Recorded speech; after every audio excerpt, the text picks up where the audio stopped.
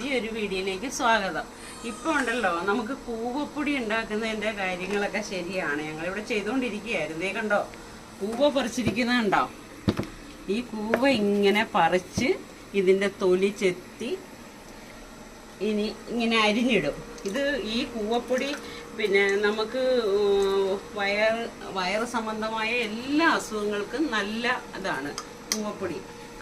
അത് കണക്ക് തന്നെ വെയിറ്റ് നിയന്ത്രിക്കാൻ, പിന്നെ പൊട്ടാസ്യം കൂടുതലുള്ളത് കൊണ്ട് BP നിയന്ത്രിക്കാം, അങ്ങനെ ഇമ്മ്യൂണിറ്റി പവർ കൂട്ടാം. അങ്ങനെ വയറ് സംബന്ധമായ എല്ലാ അസുഖങ്ങൾക്കും ഈ കൂവപ്പൊടി നല്ലതാണ്.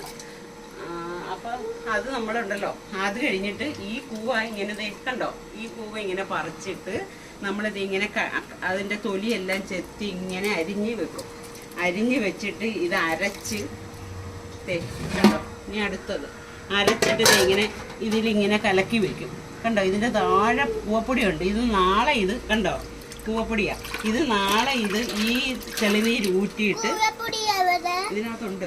ഈ തെളിനീര് ഊറ്റിയിട്ട് കാണിക്കാം നമുക്കിത് പറഞ്ഞിട്ട് ഈ തെളിനീര് ഊറ്റി കളഞ്ഞിട്ട് അങ്ങനെ 7 ദിവസം പിന്നെയും വെള്ളം ഒഴിച്ച് പുതിയ വെള്ളം ഒഴിച്ച് കലക്കി അങ്ങനെ വെക്കും. അങ്ങനെ 7 ദിവസം ആ വെള്ളം ഊറ്റി 7ാമത്തെ ദിവസം ഇതിൻ്റെ താഴെയുള്ള കാണിക്കാം ഈ കൂവപ്പൊടി എടുത്തിട്ട് നമ്മളുണ്ടല്ലോ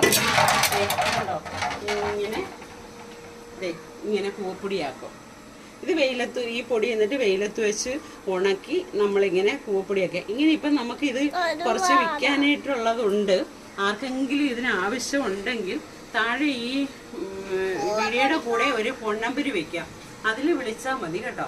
അപ്പം ആവശ്യക്കാരുണ്ടെങ്കിൽ വിളിക്കുക. മോള് പറഞ്ഞേ, അമ്മുക്കുട്ടൻ പറഞ്ഞേ, സബ്സ്ക്രൈബ് ചെയ്യണേ,